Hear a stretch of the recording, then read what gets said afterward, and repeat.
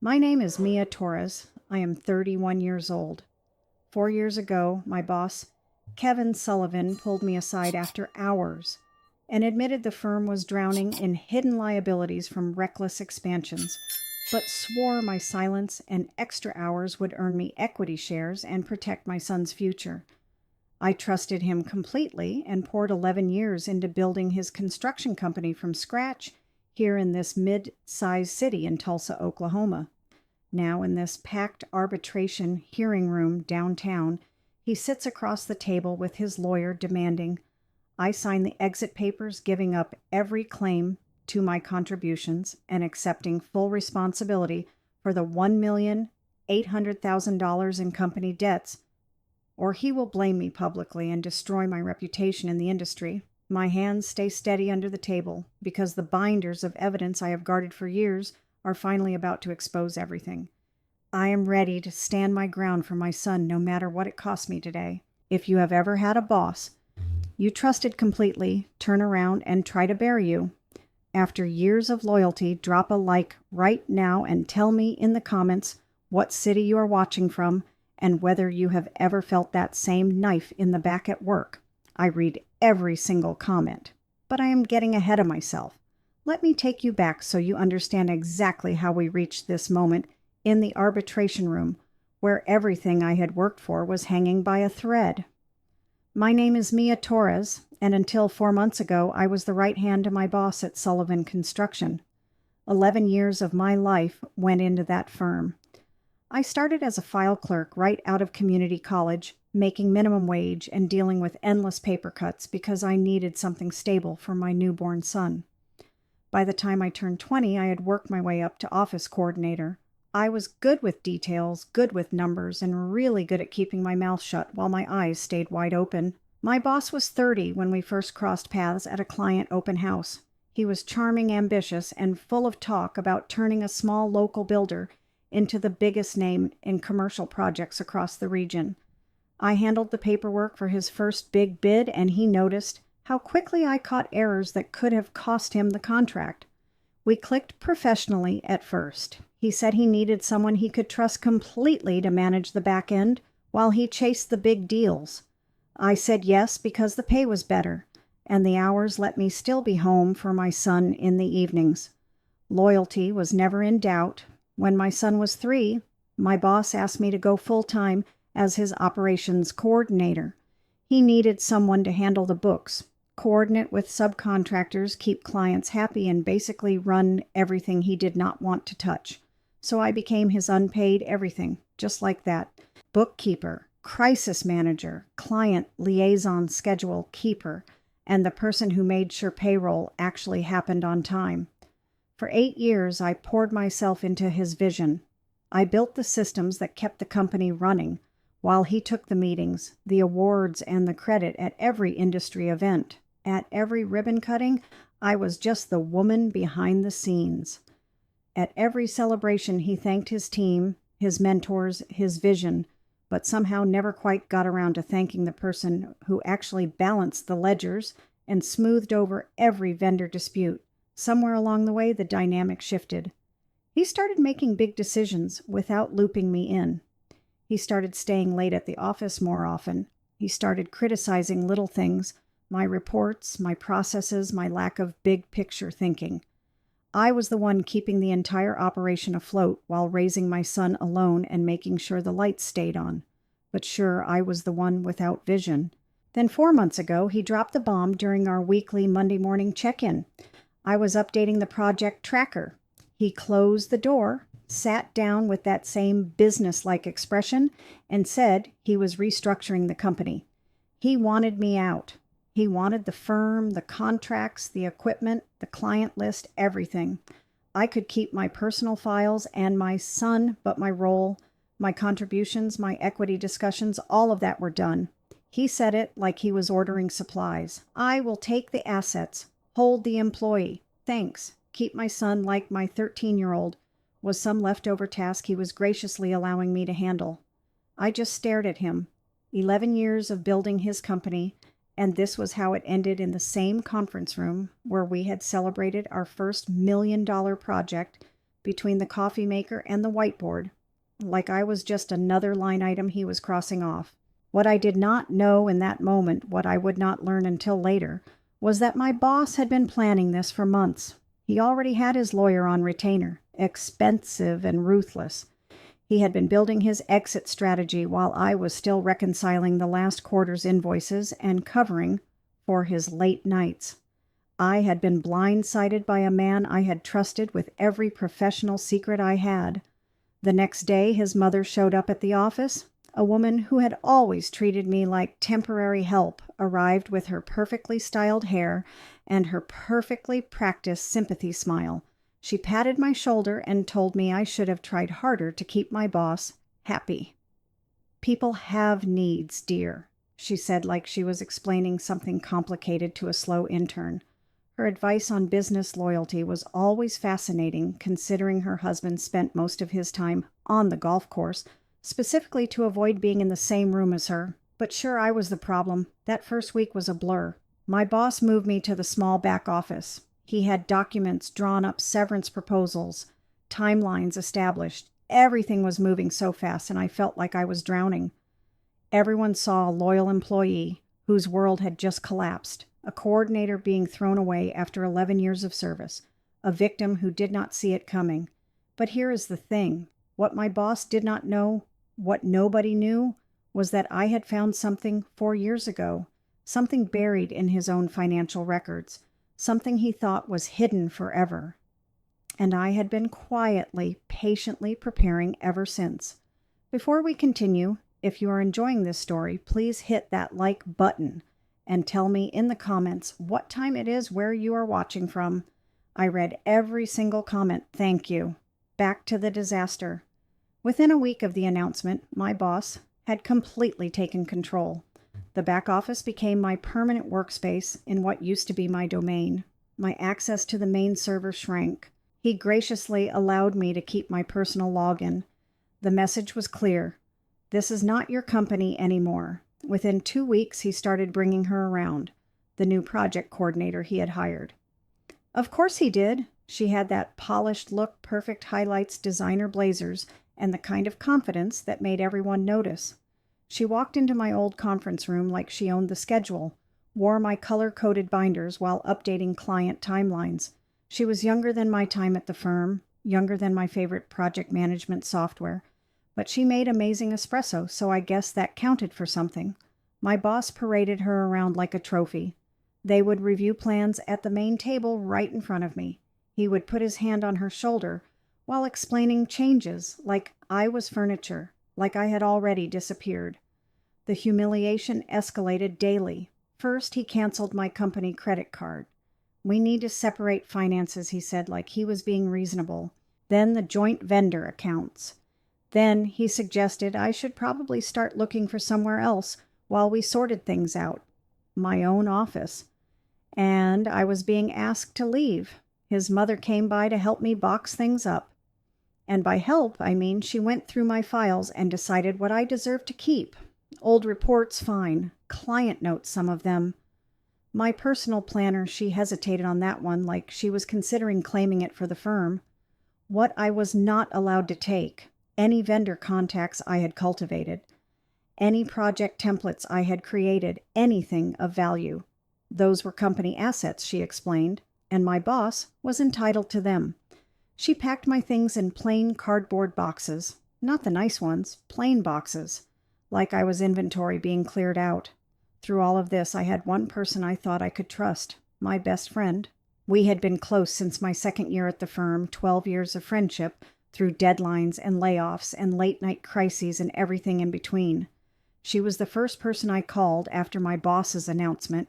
She was so supportive, always checking in, always asking how I was holding up, always ready to listen. She would swing by with coffee and let me vent in the break room. She told me I deserved better. She told me my boss was making a huge mistake, but something felt off. Little things. At first, my boss seemed to know my plans before I made them. When I mentioned to my best friend that I was thinking about pushing back on the severance, he came into my office the next day saying it would not work. When I told my best friend I was looking at other opportunities in the region, My boss made a comment about that exact market being too competitive for me. Then it clicked. Looking back, I should have seen it years ago. The way my best friend always lit up when my boss walked into the room. The way she complimented him just a little too much, laughed at his jokes. Just a little too hard. She always asked about him first whenever we talked. How is my boss? How is the firm? Is my boss happy? She had been carrying a torch for my boss for years. And my boss? Because he collected allies? Like some people collect business cards, knew exactly how to use it. He made her feel special, important, not like other employees. He probably implied they would work even closer after I was gone. Gave her just enough hope to keep her loyal. My best friend was his spy. 12 years of friendship sold out for some extra attention and empty promises. At least charge more. But the worst part was not my boss. Was not his mother. Was not even my best friend. The worst part was my son. My son saw everything. The new project coordinator, the mother showing up to box my things the way his dad's boss looked at me like I was nothing. And my boss was working on him, dripping poison in his ear day after day. Your mom is making this difficult. I just want everyone to be happy. She is the one dragging this out. I am trying to be fair, but she will not cooperate. My son started pulling away from me, not angry exactly, just distant, confused. He did not know who to believe, and his father's boss was very, very convincing. I could lose the job. I could lose the stability. I could lose everything I had spent 11 years building. But watching my son look at me like I was the problem, that was the knife. That was the wound that actually bled. I hired a lawyer, recommended by an old contact from my early days, 49 years old, sharp as a razor. Absolutely no tolerance for nonsense. She reviewed my situation and laid out the battle plan. You helped build this company, she said. You are entitled to fair severance and recognition of your contributions. We fight. I looked at her for a long moment. What if I do not want to fight? She stared at me like I had started speaking another language, like I had suggested we send my boss a thank you card and a fruit basket. She thought I was broken, depressed too, beaten down to stand up for myself. She had no idea. I moved my personal files to a small storage unit with my son. 2 rooms, 1 bathroom, a kitchen the size of my old supply closet. Half our boxes did not even fit. They sat stacked in the corner of my son's room like a monument to how far we had fallen. Meanwhile, my boss posted photos with the new coordinator on the company social page. New chapter, new energy, blessed, he wrote. His mother commented underneath, So happy for you, sweetheart. You deserve this. My old mentor called furious. You need a shark lawyer. Take him for everything he is worth. Everyone had advice. Everyone thought they knew what I should do. Everyone saw a woman who had given up, who could not fight, who was letting her boss walk all over her. Everyone was wrong. Here is the thing about being underestimated. People stop watching you. They stop being careful around you. They stop guarding their secrets, and that is exactly when you learn everything you need to know.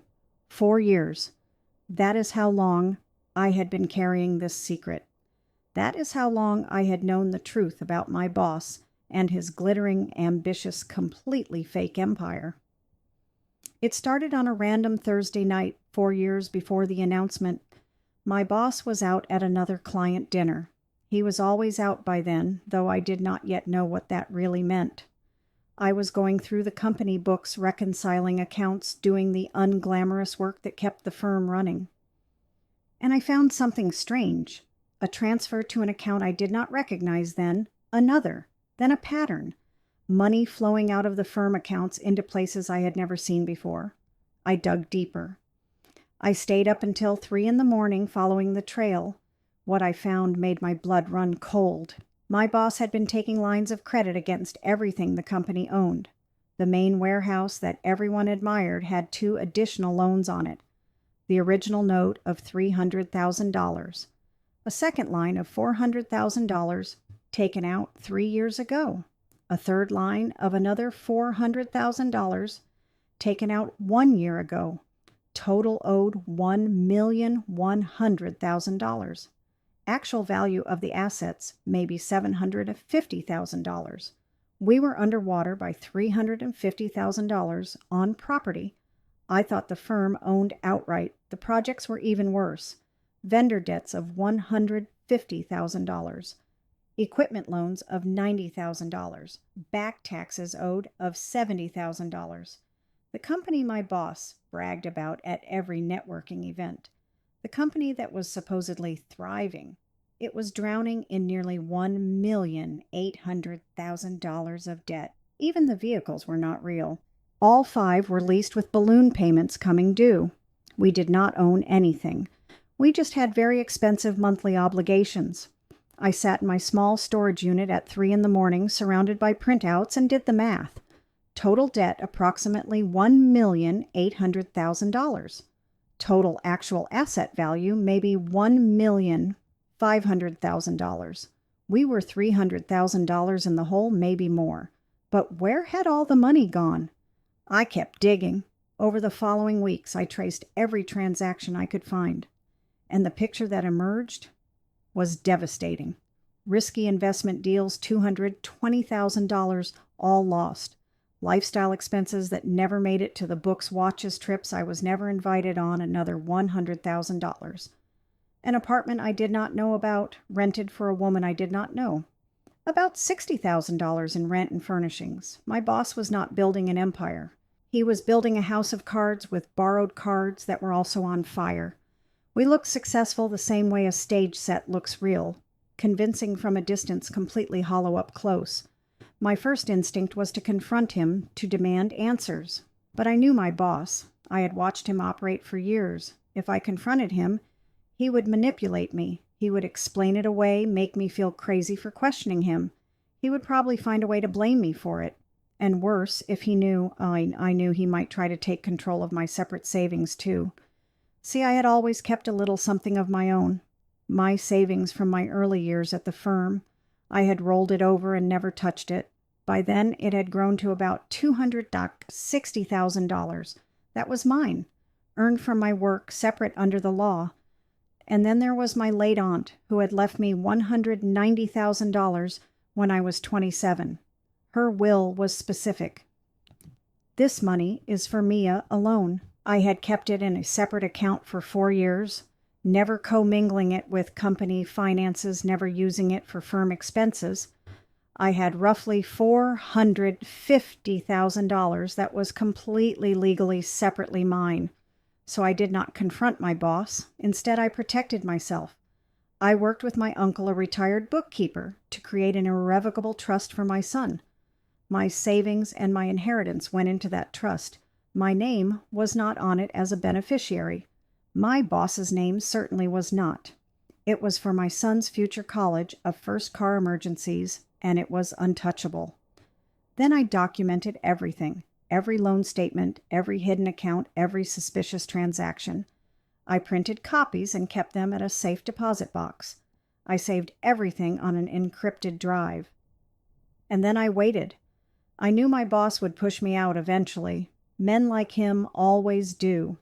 They get bored, or they find someone younger, or they decide they deserve more. I just had to be ready when it happened. 4 years of waiting, 4 years of watching him dig the hole deeper, 4 years of smiling through staff meetings while knowing our entire operation was built on quicksand.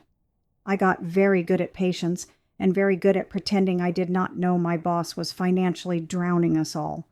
When my boss finally announced the restructuring, when he demanded the firm the contracts the client list, everything I almost laughed out loud. He was not asking for assets. He was demanding liabilities. He just did not know it yet. Back in the present, I sat across from my lawyer and placed 3 binders on her desk. 4 years of evidence. Every loan document, every suspicious transfer, every hidden account. She read in silence for almost an hour. When she finally looked up, her expression had completely transformed. You have known about this for 4 years. I was waiting for him to make his move. I knew he would eventually. And when he demanded everything, he demanded all the debt. He just does not understand that yet. My lawyer leaned back in her chair. The pity was gone from her eyes. The concern was gone. What replaced it was something like respect. So when you sign over the contributions, you walk away clean. He gets the loans, the vendor, debts. the lease, obligations. All of it becomes his sole responsibility. And your separate savings, your inheritance separate property, never commingled, legally protected, sitting safely in a trust for my son. My lawyer was quiet for a long moment. Then she smiled. A slow, careful smile. Mia, she said, I believe I owe you an apology. I thought you had given up. I smiled back. Everyone thinks that. That is kind of the point. My lawyer went from looking at me like a lost employee to looking at me like someone who had planned this perfectly. I prefer the planner. Better strategy. The trap was already built. The numbers were verified. The documentation was airtight. All I had to do now was let my boss think he was winning. And nobody does, gracious loser, better than a woman who has been practicing for 11 years. The next 3 months were a master class in acting. I became exactly what everyone expected me to be, broken, defeated, barely holding on. I showed up to mediation sessions with tired eyes and quiet voice. I spoke softly, hesitantly, like a woman who had lost all her confidence. I asked for so little that even the mediator seemed uncomfortable. I just want enough to start over, I said during our second session. I am not trying to be difficult. I know the company is his life's work. I do not want to tear the team apart more than it already is. I requested a settlement of $75,000, cashed my personal files, shared custody of my son's schedule. That was it. My boss agreed immediately. He was probably expecting me to fight for half of everything. That is what any reasonable lawyer would demand. Instead, I was asking for crumbs. He looked at me across that mediation table with something almost like pity. Like I was a wounded employee, he was graciously putting out of her misery.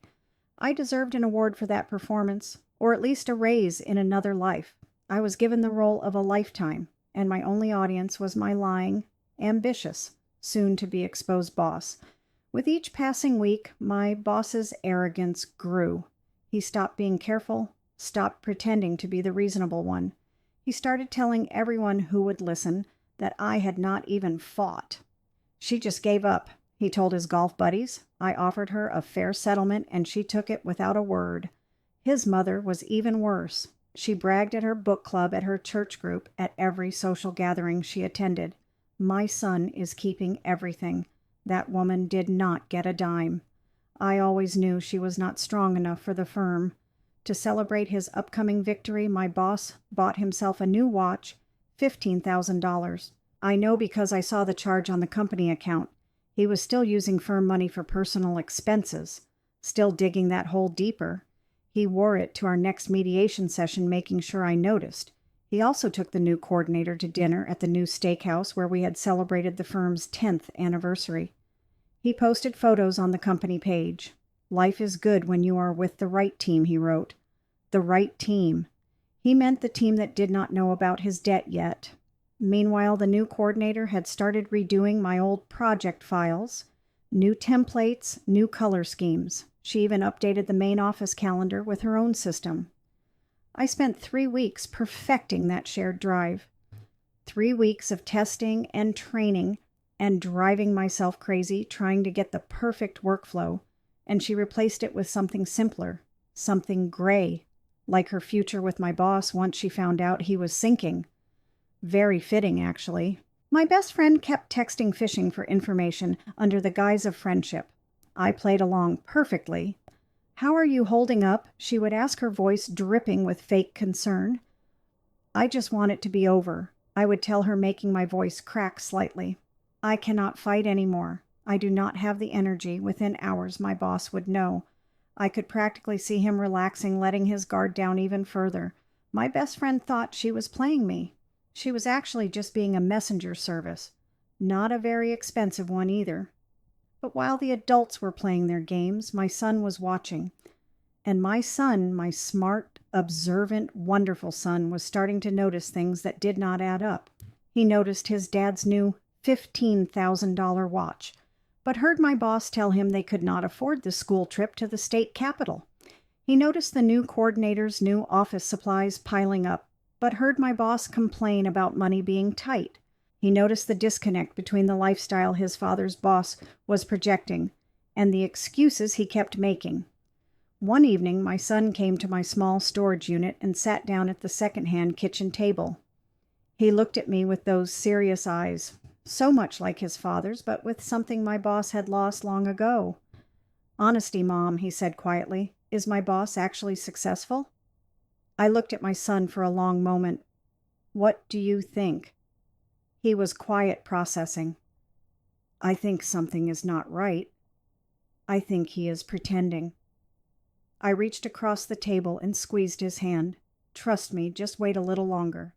My 13-year-old figured out something was wrong before 2 lawyers and a certified accountant did. I should bill his college fund for consulting fees. Behind the scenes, my lawyer was preparing our legal strategy with surgical precision. The main severance agreement stated clearly that I was relinquishing all claims to company property. The firm, the contracts, the equipment. Everything would go to my boss. In exchange, I would receive my modest cash settlement and walk away. But attached to that agreement was an addendum, a detailed liability disclosure statement, every debt, every loan, every obligation tied to those assets. When my boss signed for all contributions, he would be legally assuming all liabilities. The loans would become his sole responsibility. The vendor debts would transfer entirely to him. The lease obligations on the equipment would be his problem alone. It was all there in black and white. Legal, proper, devastating. Legal documents are like poetry, my lawyer told me. Boring, expensive poetry that can ruin someone's life. My favorite kind. 1 week before the final hearing, my boss's lawyer called my lawyer with concerns. "My client is assuming significant assets," he said carefully. "I would like to request a full financial review before we finalize, just to verify everything." My lawyer kept her voice neutral. "Of course we will provide whatever documentation you need." But when my boss's lawyer brought this to my boss, my soon-to-be former boss, shut it down immediately. "No reviews," my boss told him. "I built this company. I know exactly what it is worth. I am not paying for some accountant to tell me what I already know." My boss's lawyer pushed back. "I strongly recommend we verify the asset values before you sign. This is a significant no." My boss cut him off. "The new coordinator wants this done. I want this done. No more delays." My boss's lawyer had been practicing law for over 25 years. He knew when a client was about to make a mistake. He also knew he could not force someone to take his advice. He presented my boss with a waiver, a document acknowledging that my boss's lawyer had recommended an independent financial review and that my boss was declining against counsel's advice. My boss signed it without reading it, just like he would sign everything else without reading it. Never underestimate the power of an impatient new coordinator to make a man skip the fine print. The new coordinator was worth millions to me in legal strategy. The night before the hearing, my boss sent me a text message. "Thank you for not making this ugly." I stared at that message for a long time. 11 years of building his company, raising my son, managing his life, and he was thanking me for not making things difficult for him while he threw me away. I typed back, "I just want what is best for my son." What was best for my son? His trust fund, his future secured, and a father figure who was about to learn the most expensive lesson of his life. My lawyer called me that evening. "Final hearing tomorrow at 9 a.m. Arbitrator Charlotte Fletcher. Are you ready?" I looked around my small storage unit.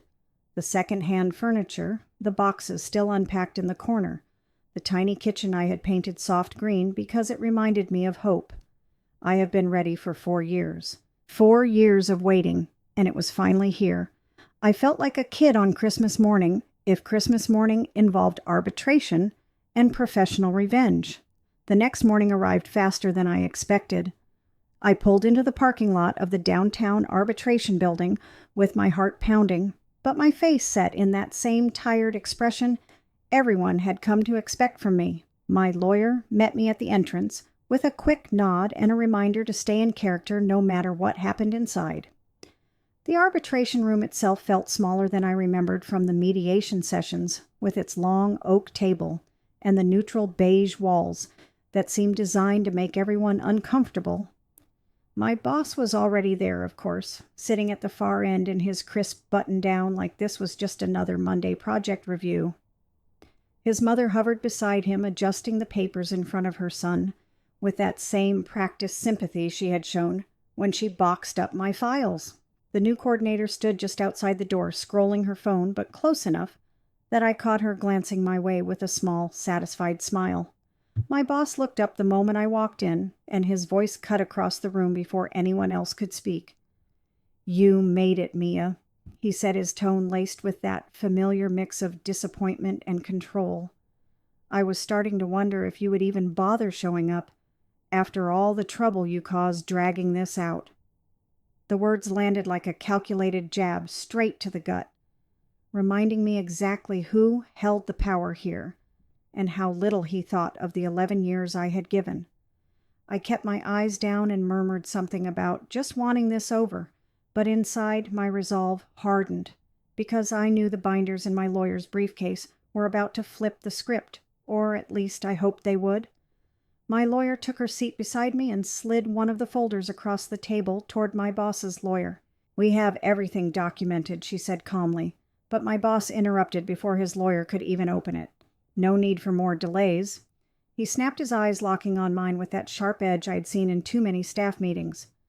"I built this company from nothing. Mia, and you are not going to walk away pretending you carried it all. You knew the risks when you signed on." His mother chimed in right on cue, patting his arm like she was soothing a hero. "My son has always been generous with second chances, but some people just refuse to see it." The room felt heavier with every word they traded back and forth, each one designed to paint me as the ungrateful employee who had somehow forced his hand. That is when my longtime colleague stepped in from the hallway. She had been with the firm nearly as long as me, handling the field coordination, and she was listed as a neutral witness for the hearing. I had not expected her to show up early, but there she was, clutching a notepad and avoiding my eyes. My boss immediately turned to her with a warm smile that never reached his eyes. "Good to see you here," he said, his voice shifting to that charming tone he used on anyone he wanted on his side. "You can confirm how much I always valued the team, right?" She hesitated for half a second, then nodded quickly. "Of course," she replied, using his first name in that easy way that told me the lines had already been drawn. I saw the shift in her posture, the way she moved closer to his side of the table, and it hit me like another small betrayal in a week, full of them. Before I could process that, my lawyer leaned over and whispered that the arbitrator would be arriving any minute. But my boss was not finished. He pulled out his phone and tapped something quickly, then looked straight at me again. By the way, he added his words, dripping with that cold sarcasm he reserved for moments like this. "I spoke with my son last night. He is worried about how this is affecting his stability. Maybe you should think about what is best for him instead of holding on to old grudges." The mention of my son sent a fresh wave of panic through me, because I knew my boss had been feeding him the same narrative for weeks, and now he was using it right here in the room to twist the knife deeper. I felt my hands clench under the table, but I forced myself to stay quiet, playing the defeated coordinator everyone expected. The door opened, and the arbitrator walked in with her assistant, the firm's old HR director, who had been called in at the last minute as an additional observer. The HR director had always been professional, but I noticed how he positioned himself near my boss's side of the table, exchanging a quick nod with his mother like they had already discussed how this should go. The arbitrator called the session to order, reviewing the preliminary agreement we had drafted in mediation. My boss signed the first pages without hesitation, sliding them back with a confident smirk. "See," he said, looking at me directly, "this does not have to be complicated.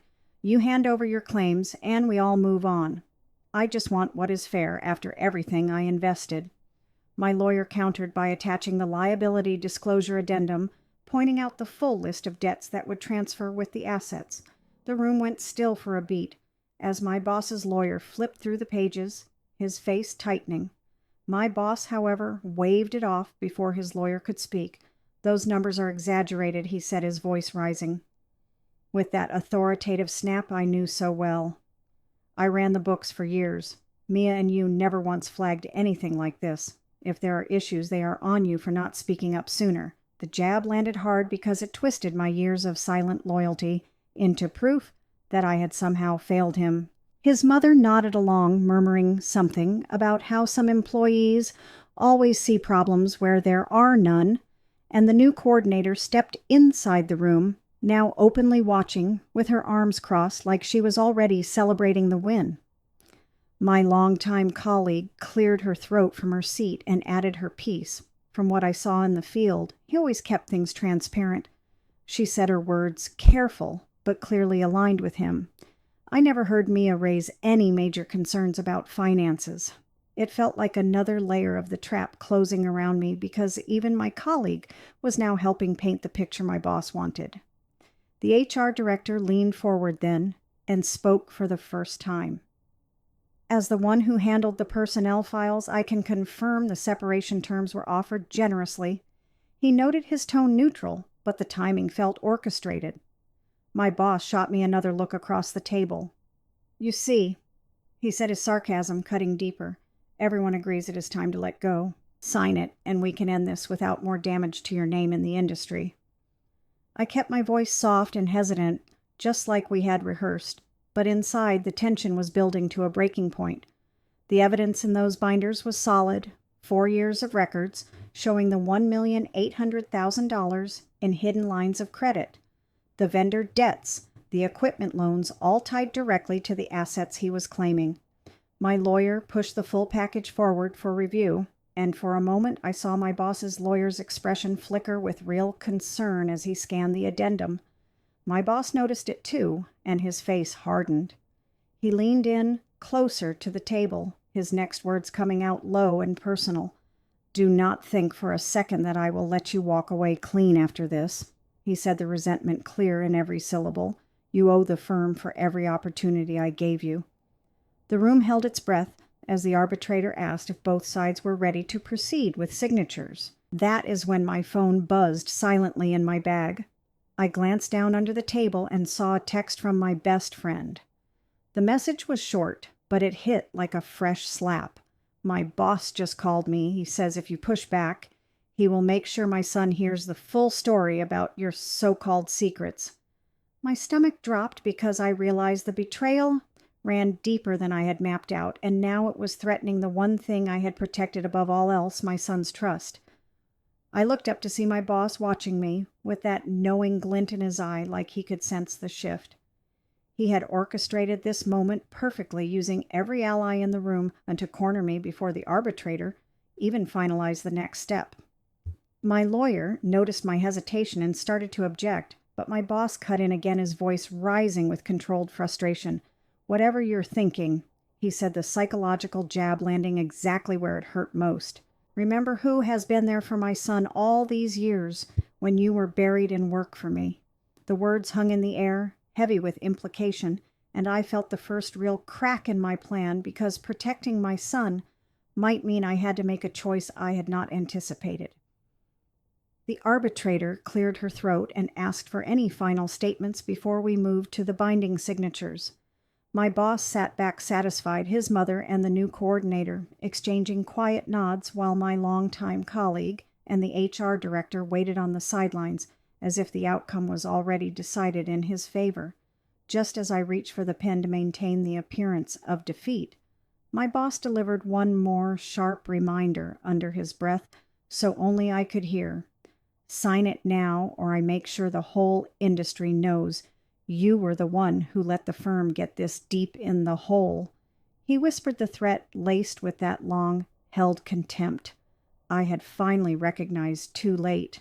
The arbitration room felt smaller than ever, with the weight of 4 years of preparation colliding against the reality that my boss still held cards I had not fully accounted for.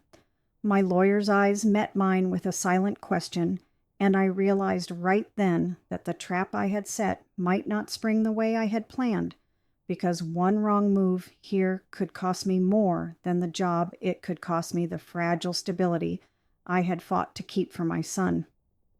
The arbitrator asked for any final statements before we moved to the binding signatures, and the room went quiet for what felt like forever. My boss leaned forward. First, his eyes locked on mine with that sharp, authoritative edge he always used when he wanted to remind everyone who really ran the show. "Let me be clear," he said, his voice low but carrying across the table like a direct challenge. "You are signing over every claim to the firm, the contracts, the client, relationships, the equipment, everything. I built this from the ground up, and I will not let some disloyal coordinator rewrite history just because she thinks she has dirt." The words hit like a calculated slap, reminding me exactly how he had always viewed my 11 years of work as something disposable the second it no longer served him. My lawyer started to present the full liability disclosure, but my boss cut her off before she could finish the first page. "Those numbers are inflated," he snapped, his tone shifting to a sudden defensive outburst that made even his lawyer flinch. "I ran the books for years, and you never flagged a single issue, so do not sit there pretending you are some secret savior. If there is any mess, it is because you stayed silent instead of speaking up like a real team member." The room tensed, and I saw the arbitrator raise an eyebrow, but my boss was not done. He turned to the new witness, the firm's senior estimator, who had been called in at the last minute as an additional neutral party from our old project team. "You have been on the ground with me for 6 years," my boss said, his voice now laced with that charming pressure he used to pull allies closer. "Tell them how transparent I always was about the finances." The senior estimator shifted in his seat, a tall man in his late 40s, who had always kept his head down on sight, but now looked uncomfortable, being pulled into the middle. "From what I saw in the field," he began, "carefully the expansions were aggressive, but my boss always said the risks were managed. I never heard Mia raise major red flags during our handoffs." The statement landed like another small weight on my chest because even though the senior estimator was not outright lying, his careful wording was exactly what my boss needed to paint me as the one who had failed to warn anyone. His mother nodded along from her seat, murmuring something about how loyal employees never let things get this far, and the new coordinator, who had slipped fully into the room, now crossed her arms with a small, triumphant tilt to her chin. My lawyer pushed the binders forward anyway, laying out the 4 years of documented transfers, the $1,800,000 in hidden lines of credit, the vendor debts, the equipment loans, all tied to the assets my boss was claiming. For a moment, the air in the arbitration room felt thick enough to choke on as his lawyer scanned the pages, his face tightening in real concern. My boss noticed, and his reaction flipped from the outburst to a cold, calculated stare across the table straight at me. "You think this changes anything?" he said, his words dripping with long-held resentment and a psychological jab that cut straight to the bone. "I gave you every opportunity, every late night, every client dinner, every chance to prove you belonged, and this is how you repay it by trying to bury me in paperwork." The sarcasm in his voice made my stomach twist because it twisted my loyalty into proof that I had somehow been the ungrateful one all along. That was when my phone buzzed again in my bag, and I glanced down to see another message from my best friend. This one was worse. "My boss just told me if you force the full liability, he will make sure my son hears the version where you knew about the debts for years and said nothing." The threat hung there like a live wire because my boss had clearly coordinated it using my former best friend to hit me where it hurt most, my son. I felt the trap I had built for 4 years starting to slip, because protecting my son meant I could not let this explode publicly. My lawyer caught my hesitation and whispered that we could still push, but my boss was already leaning in closer, his voice dropping to that intimate, threatening tone only I could hear. "Sign the modified version now," he said, "or I make sure my son learns exactly how much you hid from everyone, including him." The words were vicious, personal, and delivered with cold sarcasm that exposed years of how he had always seen me as someone he could control. The arbitrator cleared her throat again, asking if both sides understood the addendum, but I knew right then I had to make the choice. I could let the full evidence drop and risk my boss dragging my son into the mess with my best friend as his mouthpiece. Or I could accept a watered-down settlement that let him keep most of the assets while shielding my son from the public fallout. My hands trembled for the first time as I reached for the pen because this was not the clean break I had planned for 4 years. It was a lesser evil, the painful sacrifice I had to make to keep my son's world from shattering completely. I signed the revised agreement, relinquishing the strongest liability clauses in exchange for my boss's promise of no smear campaign and a $75,000 cash payout that felt like crumbs compared to what I had protected in the trust. The gavel came down softly, and the arbitrator declared the separation finalized, but my boss sat back with a satisfied smirk that told me he had won more than he had lost. The company would take some hits from the debts, but he still walked away with the core contracts the client lists and the ability to pivot, while I left with just enough to start over and the heavy knowledge that my full revenge had slipped through my fingers to save my son. His mother stood first, giving me one last pitying look before linking arms with the new coordinator and whispering something about fresh starts for those who deserved them. The senior estimator and the HR director exchanged quiet nods with my longtime colleague as they filed out, clearly relieved the drama was over and the firm could move on under my boss's lead. In the hallway, my boss caught me alone for one final moment, his face shifting from the calculated stare to something almost like quiet triumph. "You made the right call," he said, his voice low and laced with that biting contempt. "My son will never have to hear the ugly version because you chose to protect what matters. But remember this, the next time you think you can outplay me." The psychological jab lingered long after he walked away with the new coordinator on his arm because it confirmed he still held the power and I had paid the price to keep my son safe. The collapse for me happened slower than I expected, but it was just as final. Within 2 weeks, I had cleared out the last of my personal files from the storage unit and started taking freelance coordination gigs from a small local network. The $75,000 helped with first month rent and basic setup in a modest apartment on the edge of Tulsa, but it was nothing like the stability I had built for 11 years. My son stayed quiet at first processing the changes, but he eventually opened up one evening at our new second-hand kitchen table. "Mom," he said, "I know something bigger was going on, but I am glad you did not let it blow up." I hugged him tight, knowing I had chosen the painful path of letting my boss keep his grip on the narrative to spare my son the full truth, and that choice left me feeling isolated in a way no debt ever could. My best friend tried calling twice after the hearing, her voice shaky with excuses about just trying to help everyone. But I let the calls go to voicemail because some bridges were not meant to be crossed again. My longtime colleague sent a short text saying she hoped I landed on my feet, but the message felt hollow after her testimony, and I never replied.